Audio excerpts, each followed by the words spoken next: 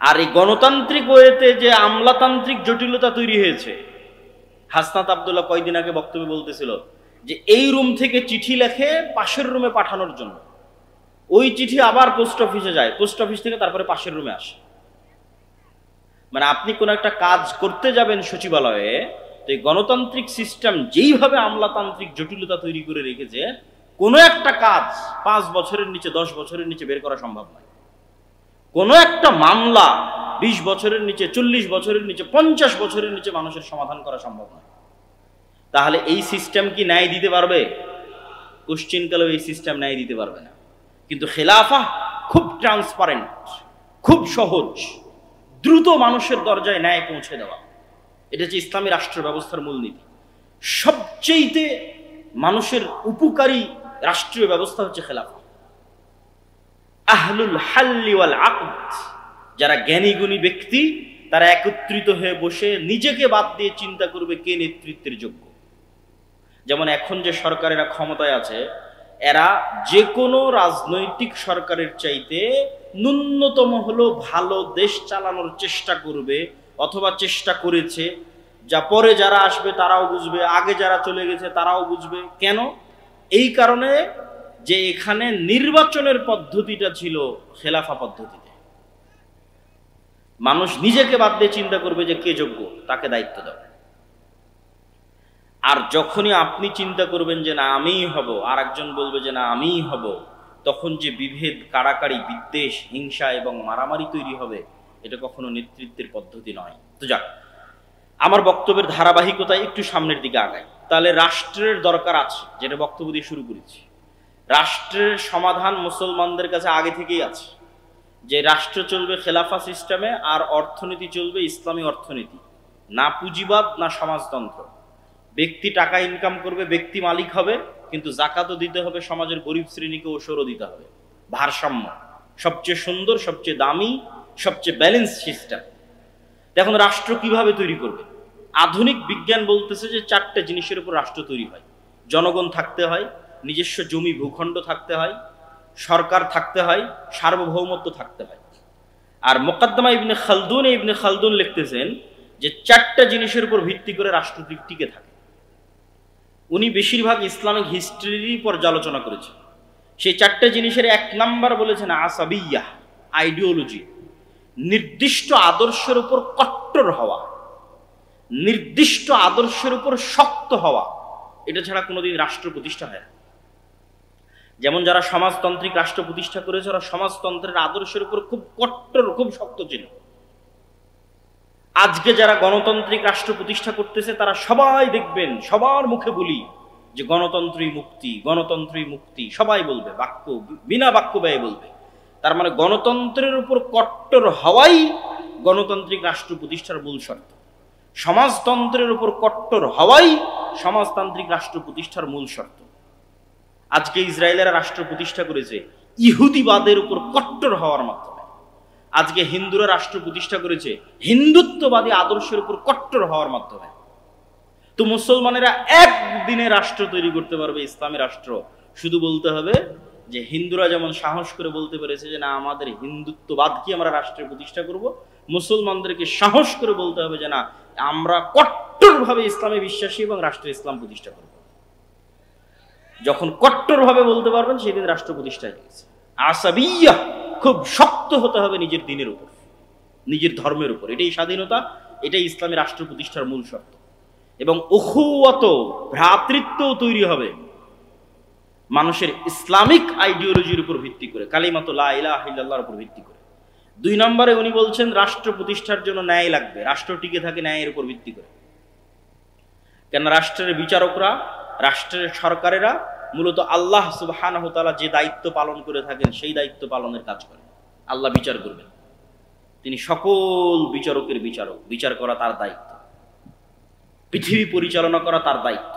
তাহলে সাময়িকভাবে যখন আপনি রাষ্ট্র ক্ষমতার মালিক, তখন আপনি কি কুলিল্লাহুম্মা মালিকাল মুলকি তুতিল মুলকা মান তাশা, আল্লাহর এই বিশাল রাজত্বের মধ্যে ন্যূনতম রাজত্বে সামান্য সময়ের জন্য আল্লাহ আপনাকে দিন। মানে যেটা আল্লাহ সুবহানাহু ওয়া তাআলার গুণ, যে উনি রাজাধিরাজ, মালিকাল মুলক তুতিল মুলকা মান তাশা, ওই গুণ থেকে ন্যূনতম একটা গুণের আল্লাহ সুবহানাহু ওয়া তাআলা সামান্য সময়ের জন্য পৃথিবীর একটা সামান্য অংশের সামান্য ক্ষমতা আল্লাহ সুবহানাহু ওয়া তাআলা আপনার হাতে। তো এই জন্য এখানে ন্যায় লাগবে। ন্যায় ছাড়া আল্লাহ সুবহানাহু ওয়া তাআলার আদর্শের সাথে মিলবে না। এখানে আল্লাহ ন্যায় পরায়ণ। ন্যায় যেখানে নাই ওই রাষ্ট্র ব্যবস্থা ভেঙে পড়বে। গত 16 বছর যে রাষ্ট্র ব্যবস্থা চলেছে ভেঙে গেছে, টিকতে পারেনি। ন্যায় না থাকলে কোনো রাষ্ট্র ব্যবস্থা টিকবে না। আসাবিয়া লাগবে, নিজের দিনের উপর শক্ত হতে হবে। 2 নম্বর, ন্যায় প্রতিষ্ঠার প্র্যাকটিস শুরু করতে হবে। 3, মুকাদ্দাম ইবনে খালদুনে তিনি লিখেছেন যত রাষ্ট্র ধ্বংস হয়ে গেছে ভোগ বিলাসিতার কারণে, এবং 4 নম্বর দুর্নীতির কারণে ধ্বংস হয়ে গেছে। ইসলামী রাষ্ট্র মানে সবাই হিজাব করবে, সবাই পর্দা করবে, সবাই নামাজি হবে, এটা তো অবশ্যই আছে। কিন্তু সবাই ধরেন সালাত আদায় করলো, সবাই হিজাব করলো, পর্দা করলো, কিন্তু সবাই একজন আরেকজনের উপর জুলুম করতেছে, তাহলে এটা ইসলামী রাষ্ট্র নয়। সবাই উমরা করে এসে, হজ করে এসে, রাতে তাহাজ্জুদের সালাত আদায় করে এসে ঘুষ খাচ্ছে, সুদ খাচ্ছে, মানুষকে হত্যার আদেশ দিচ্ছে, এটা ইসলামী রাষ্ট্র নয়। ইসলামী রাষ্ট্র মানে যেখানে প্রত্যেকটা মানুষ তার ন্যায় বুঝে পাবে, 1 টাকাও দুর্নীতি হবে না। আপনি বাংলাদেশের পুলিশ আইন বের করেন, বাংলাদেশের ফাউন্ডেশনের অনুমোদন হবে সেটার আইন বের করেন, যে কোনো আইনে হাত দেন, সব ব্রিটিশ কাঠামোর উপর দাঁড়িয়ে আছে। কাঠামোতেই, কাঠামো চেঞ্জ হয়। তাহলে ডেমোক্রেটিক সিস্টেম, সেকুলার সিস্টেম, এগুলো ইউরোপেরা তাদের সমস্যা সমাধান করার জন্য আবিষ্কার করেছে। তারপরে মুসলমান দেশগুলোকে যখন তারা দখল করে নিয়েছে, তখন এই জিনিসগুলো তারা মুসলমানদের উপর চাপিয়ে দিয়েছে। সেটা এটাই তোমাদের সমস্যার সমাধান। তোমরাও অন্ধকার যুগে ছিল। হ্যাঁ, মুসলমানরা তো কোনোদিন অন্ধকার যুগে ছিলই না। মুসলমানদের ইতিহাসে কখনো খেলাফতি নিজামে এত জুলম, এত অত্যাচার, এত হত্যা কখনোই হয়নি। গত 100 বছরে খেলাফতবিহীন অবস্থায় যত অত্যাচার, যত জুলুম, যত হত্যা হয়েছে। সম্মানিত উপস্থিতি, তাহলে আমাদের বুঝতে হবে যে ইসলামের রাজনীতি আছে, ইসলামের রাষ্ট্র ব্যবস্থা আছে, আবার গণতন্ত্রই যে একমাত্র মুক্তি, এটাও চরম ভুল। আবার আমি রাজনীতিও করবো না, এটাও চরম ভুল। আপনাকে বুঝতে হবে যে ইসলামের রাজনীতি কোনটা, ইসলামের রাষ্ট্র ব্যবস্থা কোনটা, এবং কিভাবে প্রতিষ্ঠিত করা সম্ভব। এবার বাস্তব উদাহরণে আসে, একদম প্র্যাকটিক্যাল উদাহরণে আসে। এই যে জুলাই বিপ্লবের কথা বলা হয়, 2000 মানুষ জীবন দিল। এই 2000 লাশের বিনিময়ে এখন পর্যন্ত শিরকি জাতীয় সঙ্গীতের জায়গা দিয়েছে।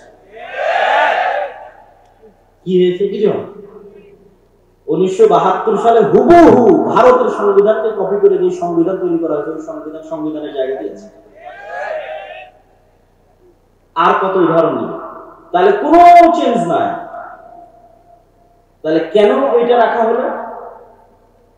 এটাই আমি বলি যে প্রিম্যাচুর ডেলিভারি, মানে বাচ্চা হওয়ার সময় হওয়ার আগেই যদি বাচ্চা হয়ে যায়, কেননা প্রকৃত ইসলামের উত্থান তখনই সম্ভব যখন আগের কাঠামো পরিপূর্ণ ধ্বংস হয়ে যাবে। তখন আগের কাঠামো বজায় রেখে পূর্ণাঙ্গ ইসলাম প্রতিষ্ঠা সম্ভব নয়। আগের কাঠামো পরিপূর্ণরূপে ধ্বংস হয়ে যাবে, ওখান থেকে পূর্ণাঙ্গ ইসলামী খেলাফতের উত্থান হবে। তো এই জন্য আমেরিকা খুব ভালোভাবে জানে যে আজকে যদি প্রধানমন্ত্রী পদত্যাগ না করে, আজকে যদি আর্মি জনগণের বুকে গুলি চালায়, তাহলে কালকে বাংলাদেশের মানুষের ওই সময় যে রাগ ছিল মাথায়, তো বাংলাদেশের মানুষ রাতের অন্ধকারে অস্ত্র হাতে উঠিয়ে নিত। যখন বাংলাদেশের মানুষ অস্ত্র হাতে উঠিয়ে নিত, সিরিয়ার মতো পরিবেশ তৈরি হয়ে যেত।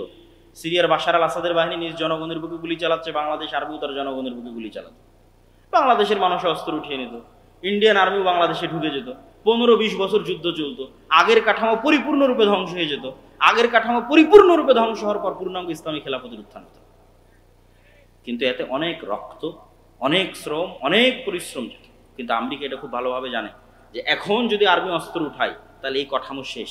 যে গণতান্ত্রিক কাঠামো আছে, ব্রিটিশদের যে কাঠামো আছে, এটার কবর রচনা হয়ে যাবে।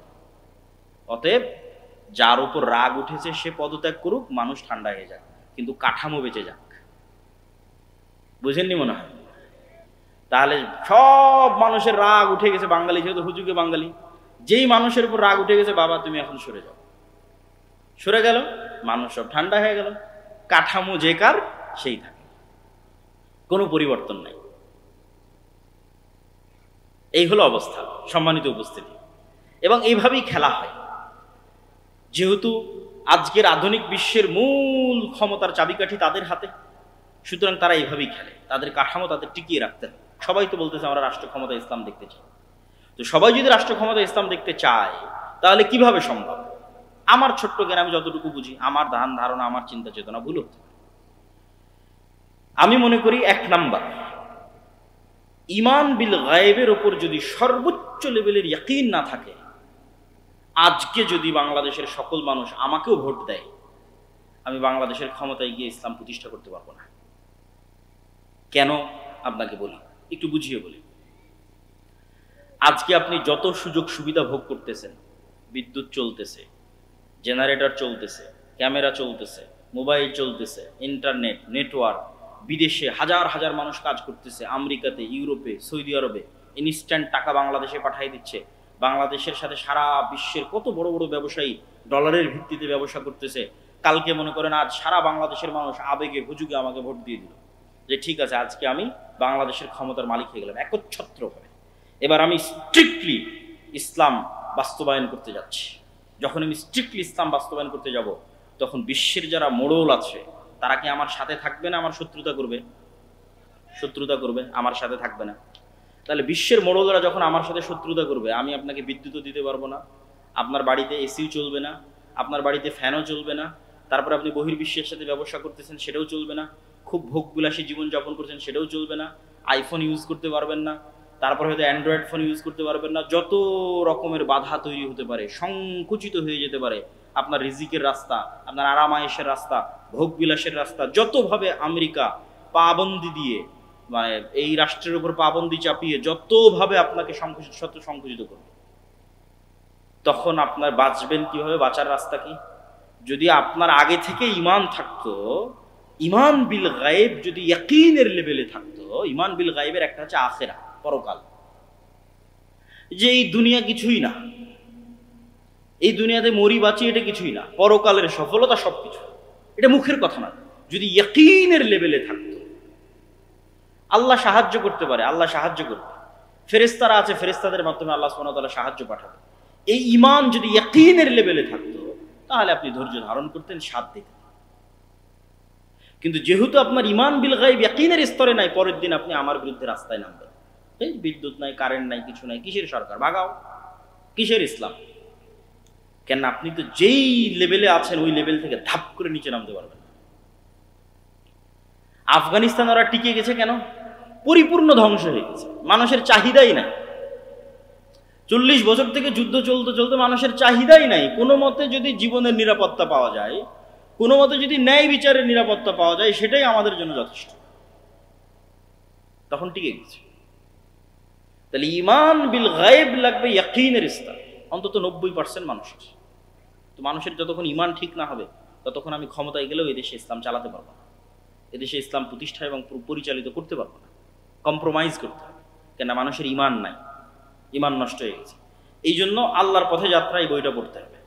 এটা কিন্তু আমার অনুভূতি থেকে লেখা, যে জুলাই পরবর্তী যখন সব ঘরানার আলেম ওলামা, দল, সংগঠন, ইসলামী সবার সাথে যখন উঠা বসা করার সুযোগ হলো, তখন আমি নিজে রিয়েলাইজ করলাম যে ঈমান বিল গায়বে মুসলমানদের বিশ্বাস নেই। এমনি মুসলমানেরা মুখে বলে আল্লাহর উপর বিশ্বাস, ফেরেশতার উপর বিশ্বাস, পরকালের উপর বিশ্বাস, বাস্তবে নাই। এবং লাস্ট গত কয়েকদিন এটার উপরই আমার বক্তব্য আছে। যদি কারো বক্তব্য দেখার সুযোগ থাকে, অথবা আগামীকাল যদি কথা বলার সুযোগ হয়, তখন ঈমান বিল গায়বের উপর ইয়াকিনের লেভেলে ঈমান বিল গায়বের বিশ্বাস নিয়ে যাবে। 2, ঈমান বিল গায়বের সবচেয়ে বড় বিষয় হচ্ছে আল্লাহর শক্তি, আল্লাহর ক্ষমতার উপর ভরসা। মুসা আলাইহিস সালাম জীবনেও তার দুনিয়াবী শক্তি দিয়ে ফেরাউনের সাথে জিততে পারবে না।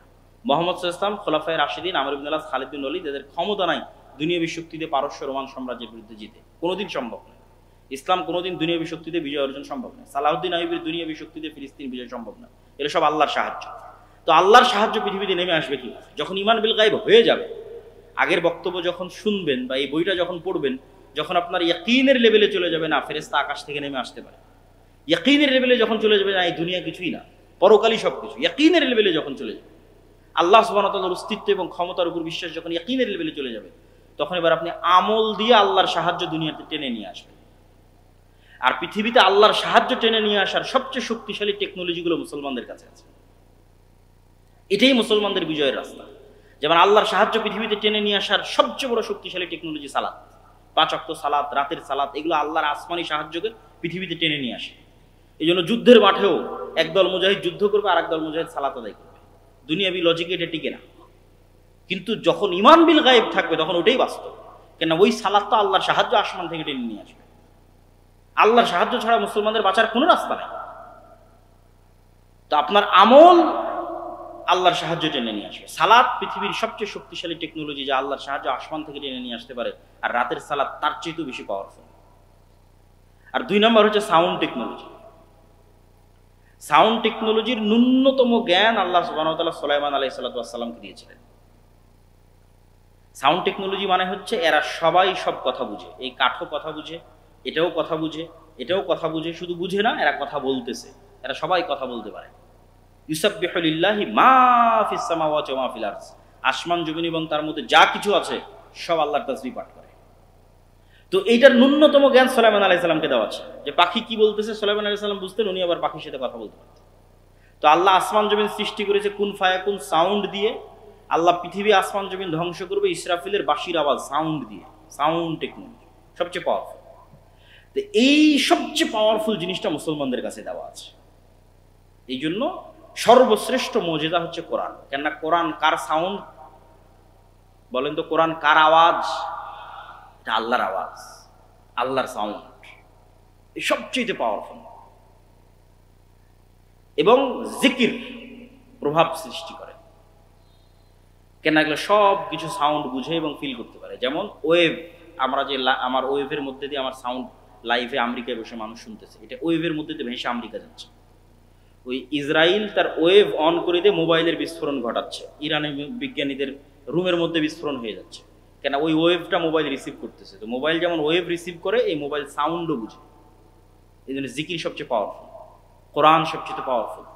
এই জন্য কিয়ামতের পূর্ব মুহূর্তে মুসলমানদের তাকবীর ধ্বনিতে শহর বিজয় হয়ে যাবে।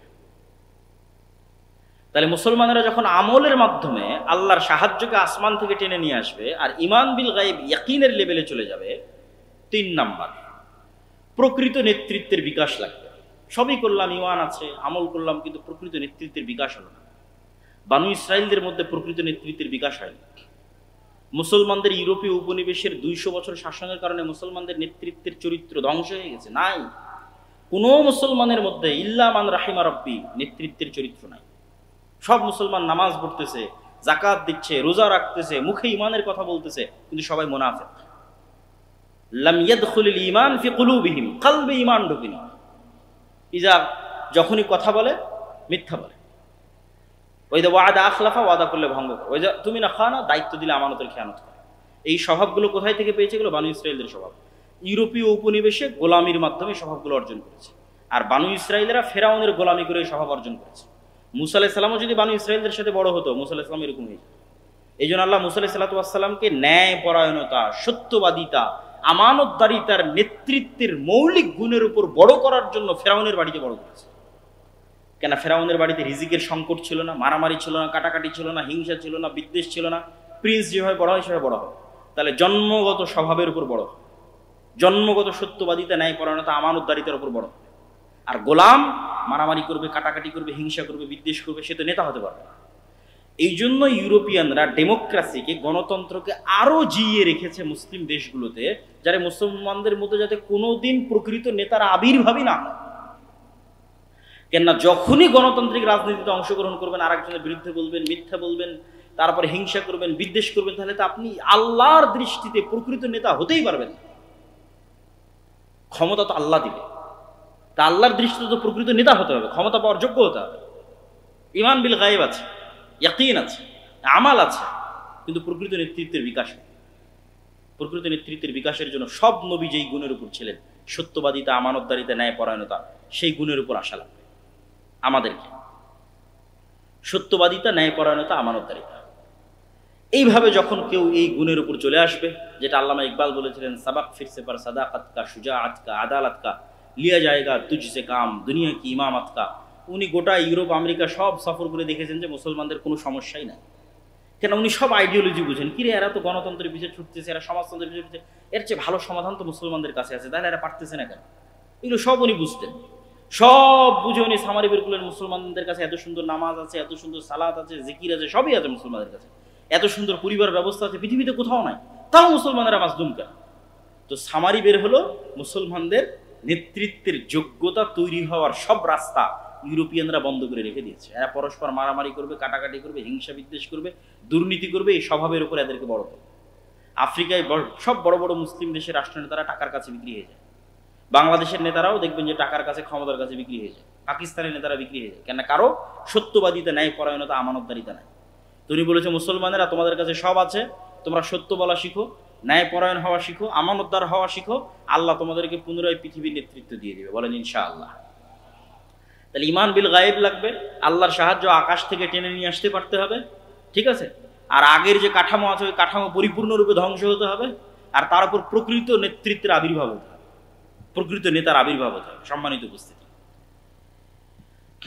পরকালমুখী চিন্তা ছাড়া আপনি ধৈর্য ধারণ করতে পারবেন না, সবর করতে পারবেন না, আর সবর আর ধৈর্য ছাড়া রাষ্ট্র প্রতিষ্ঠা করতে পারবেন না। আল্লাহ সুবহানাহু ওয়া তাআলা আসহাবুল উখদুদের বর্ণনা দিয়েছেন। বক্তব্যের শেষে কয়েকটা কোরআনের আয়াত বলে বক্তব্যের শেষের দিকে চলে যাব। আল্লাহ সুবহানাহু ওয়া তাআলা আসহাবুল উখদুদের বর্ণনা দিয়ে বলছেন, ওয়ামা নাকামু মিনহুম ইল্লা আইয়ুমিনু বিল্লাহিল আজিজিল হামিদ।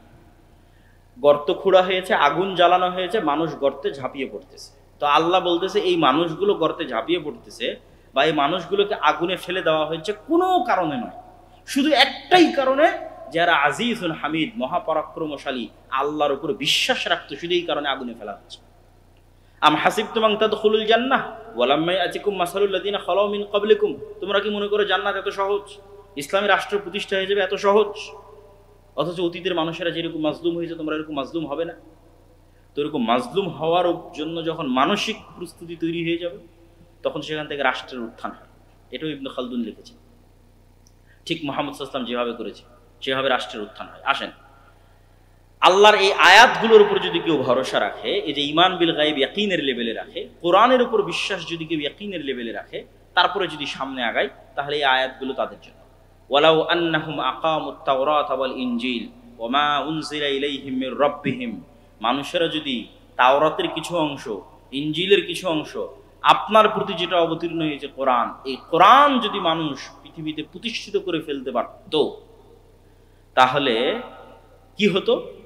লা উকিলু লা আকালু মিন ফাওকিহিম ওয়া মিন তাহতি আরজুলিহিম। তাহলে তারা আসমান থেকে ওদের রিজিকের ব্যবস্থা করা হতো, মাটির নিচ থেকে ওদের রিজিকের ব্যবস্থা করা হতো। বলেন আল্লাহু আকবার। এটা আল্লাহর ওয়াদা। তা আমাদের তো ঈমান বিল গায়ব নাই, আল্লাহর শক্তি এবং ক্ষমতার উপর বিশ্বাস নাই, আল্লাহ ফেরেশতাদের সাহায্য করতে পারে সেটার উপর বিশ্বাস নাই। ফলত আমি তো এই রিস্কগুলো নিব না, আমি সবসময় কম্প্রোমাইজ করতে চাই। কম্প্রোমাইজ করতে করতে এই লেভেলেরও কম্প্রোমাইজ করবো যে যদি এখন যেখানে শিরক হচ্ছে সেই মন্দিরে যদি পাহারা দেওয়া লাগে তাও পাহারা দিয়ে হলো ক্ষমতায় যাবো, কেননা ঈমান বিল গায়ব নাই। সম্মানিত উপস্থিতি, আল্লাহ সুবহানাহু ওয়া তাআলা বলছেন, ওয়ালাউ আন্না আহলাল কুরা আমানু ওয়াত্তাকাউ লাফাতাহনা আলাইহিম বারাকাতিম মিনাস সামাই ওয়াল আরজ। যদি কোনো একটা এলাকার মানুষ ঈমান আনে, আল্লাহকে ভয় করে, তাহলে আসমান এবং জমিনের সকল বরকতের দরজা ওদের জন্য উন্মুক্ত করে দেওয়া হবে। বলেন আল্লাহু আকবার। আল্লাহ সুবহানাহু ওয়া তাআলা বলছেন, ওয়া'আদাল্লাহুল লাযীনা আমানু মিনকুম, তোমাদের মধ্যে যারা ঈমান এনেছে, ওয়া আমিলুস সালিহাত, তোমাদের মধ্যে যারা সৎ আমল করে। ঈমান, সৎ আমল। ঈমান থাকবে ইয়াকিনের লেভেলে, সৎ আমল দিয়ে আসমান থেকে সাহায্য নেমে আসবে। লা ইস্তাখলিফান্নাহুম ফিল আরজি কামা ইস্তাখলাফাল লাযীনা মিন ক্বাবলিহিম। তাহলে তোমাদের অতীতে যারা চলে গেছে তাদেরকে যেমন আল্লাহ বিজয় দিয়েছে, রাষ্ট্র ক্ষমতা দিয়েছে, দাউদ, সুলাইমান, ইউসুফ, মুহাম্মদ সাল্লাল্লাহু আলাইহি ওয়াসাল্লাম, পরবর্তীতে খোলাফায়ে রাশিদিন, তাহলে আল্লাহ তোমাদেরকে ওইভাবে পুনরায় তোমাদেরকে আল্লাহ সুবহানাহু ওয়া তাআলা পৃথিবীতে প্রতিষ্ঠিত করবে, যাতে তোমরা কি করতে পারো? বিনা ভয়ে আল্লাহর ইবাদত করতে পারো এবং পৃথিবীতে কোনো শিরক না থাকে, সেটি যেন তোমরা নিশ্চিত করতে পারো। সম্মানিত উপস্থিতি, এই আয়াতগুলোকে সামনে রেখে আমরা এতটুকুই আজকের আলোচনার সর্বশেষে এসে এতটুকুই বলতে চাই যে ইসলামী রাষ্ট্র মুসলমানদের লাগবেই, খুবই জরুরি। কিন্তু এই ইসলামী রাষ্ট্র কিভাবে প্রতিষ্ঠিত হবে সেটাও আমাদের শিখতে হবে, এবং আমাদের দুর্বলতা, আমাদের কাজের জায়গা কোথায় সেটাও আমাদের বের করতে হবে। তা আপনি বলবেন যে এগুলো সব উদ্ভট কথা, এগুলো দিয়ে কি আসলে বাস্তব কাজ কি করতে হবে? বাস্তব যদি কিছুই কাজ করার খুঁজে না পান, তাহলে অন্তত ইহুদিদের থেকে কিছু শিখার আছে। ইহুদিরা পৃথিবীর জনসংখ্যায় সবচেয়ে কম, অথচ পৃথিবীর সবচেয়ে বড় দেশের কন্ট্রোল তাদের হাতে। এই কাজগুলো অন্তত যে কেউ করতে পারবে। সেই কাজগুলো হচ্ছে শক্তিশালী প্রতিষ্ঠান তৈরি করা, শক্তিশালী মিডিয়া, শক্তিশালী অর্থনৈতিক প্রতিষ্ঠান। সারা বাংলাদেশের সব মসজিদ মাদ্রাসা মিলেও এক ব্রাকের সমান হতে পারবে না। ব্রাক অর্থনৈতিকভাবে যতটা শক্তিশালী, সারা বাংলাদেশের সব মসজিদ মাদ্রাসা মিলে অতটা শক্তিশালী হতে পারবে না।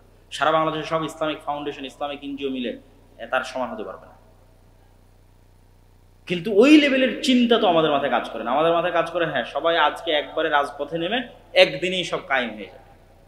একবারে রাজপথে তো সব মুসলমানেরাই নেমেছিল, সব তো নামাজি রোজাদার ছেলেপেলেরাই তো সব শহীদ হয়েছিল, তো ক্ষমতা তো সব এনজিওর হাতে চলে গেল। তাহলে আগে থেকে যদি ওই জায়গায় আপনার গ্রিফট না থাকে, কন্ট্রোল না থাকে, আপনি লক্ষ লক্ষ মানুষ রাস্তায় নামলেও দেখবেন যে দিন শেষে ক্ষমতা তাদের হাতে। এই জন্য এই জায়গাগুলোতে তো অন্তত ফাইট দেওয়ার সুযোগ আছে, সচিবালয়ে কাজ করার সুযোগ আছে, মিডিয়াতে কাজ করার সুযোগ আছে। বাংলাদেশের মিডিয়া কাদের কন্ট্রোল দেখেন, খুঁজে দেখেন কাদের কন্ট্রোল। তো এই জন্য আমি বলি যে শক্তিশালী শিক্ষা প্রতিষ্ঠান লাগবে, শক্তিশালী মিডিয়া লাগবে, শক্তিশালী অর্থনৈতিক প্রতিষ্ঠান লাগবে, আমর বিল মারুফ আর নাহি আনিল মুনকারের পরিশ্রম লাগবে, ন্যায় প্রতিষ্ঠার আন্দোলন লাগবে। আর আগে যেগুলো বলেছি সেগুলো তো পূর্ব শর্ত, ওগুলো ছাড়া এগুলো করলেও কোনো লাভ নাই। মানে ইসলাম যদি রাষ্ট্র ক্ষমতায় আনতে চাওয়া হয় ওগুলো তো আগে লাগবেই, তার পাশাপাশি এই জিনিসগুলোর চর্চা করতে হবে। এগুলো তো মুসলমানরা করতে পারে। সব যত মুসলমানদের সংগঠন আছে, দল আছে, রাজনৈতিক অরাজনৈতিক, সবাই মিলেও তো চিন্তা করতে পারে যে না আমরা এটার পিছনে ইনভেস্ট করি।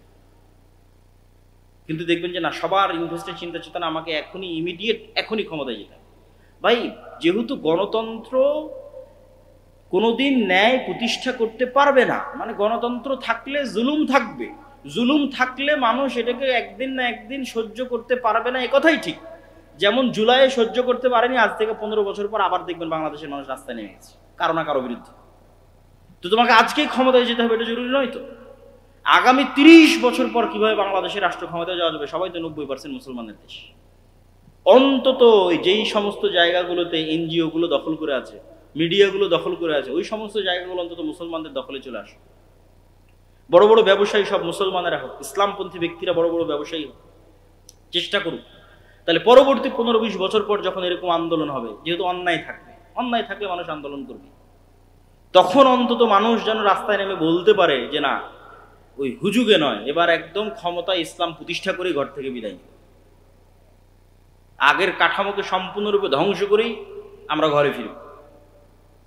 তো ওইটার জন্য তো কাজ করার অনেক সুযোগ আছে, অসংখ্য জায়গা আছে কাজ করার। বাংলাদেশের ইসলামী দল, ইসলামী রাজনৈতিক অরাজনৈতিক সংগঠন কেউ জানেই না যে সরকার প্রাথমিক বিদ্যালয়ে গানের শিক্ষক নিয়োগ দিয়ে দিয়েছে। তাহলে প্রাথমিক বিদ্যালয়ে গানের শিক্ষক কে নিয়োগ দিল? ও 50 বছর থেকে কাজ করতেছে প্রাথমিক বিদ্যালয়ে গানের শিক্ষক নিয়োগ হচ্ছে, আর ওই জায়গায় আমার কোনো সোর্সই নাই, কোনো নিউজই নাই।